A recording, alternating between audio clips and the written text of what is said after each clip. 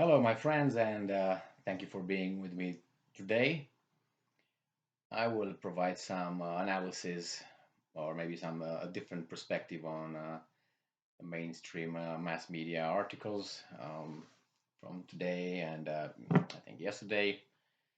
And I will start with an article from NBC News from February 21st, 2022, by Andrea Mitchell and Dennis Romero. And it's titled Russia Plans to Target Dissidents in Ukraine to be Killed or Sent to Campus, US says. Well, I'm not going to reiterate the reality with what US says, especially the US intelligence community regarding anything that happens, because we have the clear example of, just to mention, Saddam Hussein and the invasion of Iraq, with weapons of mass destruction. So that failed miserably, and I don't think it was um, an accident, but you can have your own assessment of that. So when these guys are saying this kind of things, for me is just it's a reason to smile. Because if someone lies to you a few times, the credibility goes south. So in this case, it's too many lies and interpretations of reality that we were fed. I really don't believe anything. I mean, who would? I mean, if someone lies to you in numerous occasions, why would you trust that person again? I mean, you can, but you're not going to be a smart person doing that. So let's say this is true. So you have target dissidents in Ukraine to be killed or sent to camps. To camps, okay. Okay, so that resonates with the Second World War and um, what Nazis did to certain groups, and maybe that's why it's made like this. The the title, the article's title, because they want to give this kind of connotation, and I think they succeeded, unless you were not born yesterday. And it says here that the United States has warned the United Nations that it believes that's believes Russia has plans to kill large numbers of critics, dissidents, and vulnerable populations in Ukraine or send them to camps after an expected invasion. The Kremlin denied the report on Monday, with Kremlin's spokesman Dmitry Peskov calling it an absolute fiction. Well, so that's it says here the U.S. has warned the United Nations that it believes. I'll go and check the definition of believe, and usually believe is when you think of something that has no evidence necessary based on facts. So it believes, and then it says here that it's a uh, the report. So some people believe something, they make a report, go to United Nations, and we're supposed to believe it. Well, obviously, if we have a certain memory, and or maybe we're just of a certain kind, and we just let us, or just maybe disinterested, you know, in knowing the truth. Well, another article here is from Reuters. It's from February 21st, 2022, and it goes like this: EU, United European Union, must act to avoid Bosnia falling apart, Borrell said. So we have here an interesting article where we have it says that European Union foreign ministers meeting in Brussels must take decisions to stop a critical, in quotation marks, crisis in Bosnia becoming worse. EU foreign policy chief Joseph Borrell said on Monday. Bosnia has been going through its worst political crisis since the end of the Balkan wars of the 1990s, with Bosnian Serbs challenging state institutions as part of their long-time bid to secede and eventually join neighboring Serbia. Well, I know that's in the United Nations Charter. That's the the the right of self-determination. So if we have here, let's say, Serbs living in Bosnia and they want self-determination, what's the problem? Wasn't that the same thing with Yugoslavia, which was formed from different, ethnicities and artificial diverse country, and then they decided to break away, and then it was those wars, and eventually the breakup of Yugoslavia on an ethnic and religious um, membership. So here, I'm not condoning this or anything, but it's just that it seems like some Serbs don't want to live in Bosnia.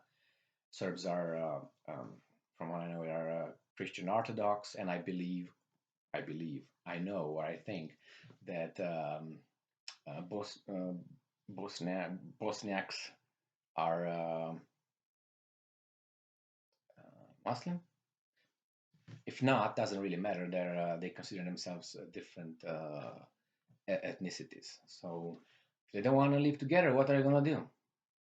How can you make them? Because they don't want to be diverse.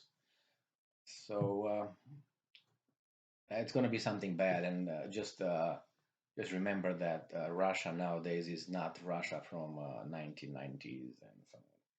So it might not happen what happened with Yugoslavia and with Kosovo and all that, since the Russians support Serbia and vice versa.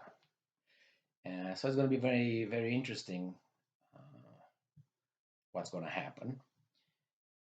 As I mentioned before, what if, let's say, have certain group in New Mexico that wants part of New Mexico, self-determination, and they want to break away or form a country out of another country, inside of the other country.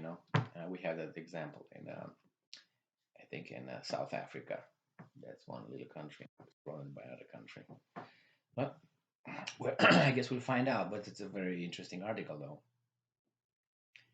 And here is an article from Yahoo Sports from February 21st, 2022.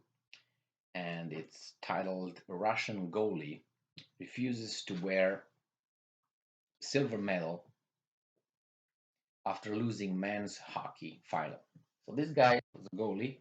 He is a goalie in the Olympic team of Russia, and he refused to wear the silver medal at the beginning. And he's pictured here with the medal in his hand and not around his neck. And he says here that Ivan Fedorov was so devastated at missing out on the gold medal at the Winter Olympics that he couldn't bring himself to wear the silver in the post-game ceremony. The Russian goalie held his medal in his hand instead of putting it around his neck after their loss with 2-1 to Finland in the men's ice hockey final on Sunday. Uh, so it says here what eventually he takes a picture of him wearing that in the locker room, and then it says here that Fedorov stated that it's hard to accept that it isn't gold. Fedorov said afterwards, I'm an all or nothing person, and it's hard to accept a defeat. I'll definitely put it on and enjoy that, but later on. So he says that Fedorov was born in Finland with Russian-Finnish heritage, but grew up in Russia. Well, this guy has some character that it's scarce nowadays in our society. and he seems to have values and be passionate about certain things and be disappointed with defeat, and that's normal, I guess, to be disappointed. But because he strives for the first place, nevertheless, I liked this little article. The next article comes from Market Watch. It's written by Barbara Kohlmeier on Monday, February 21st, 2022.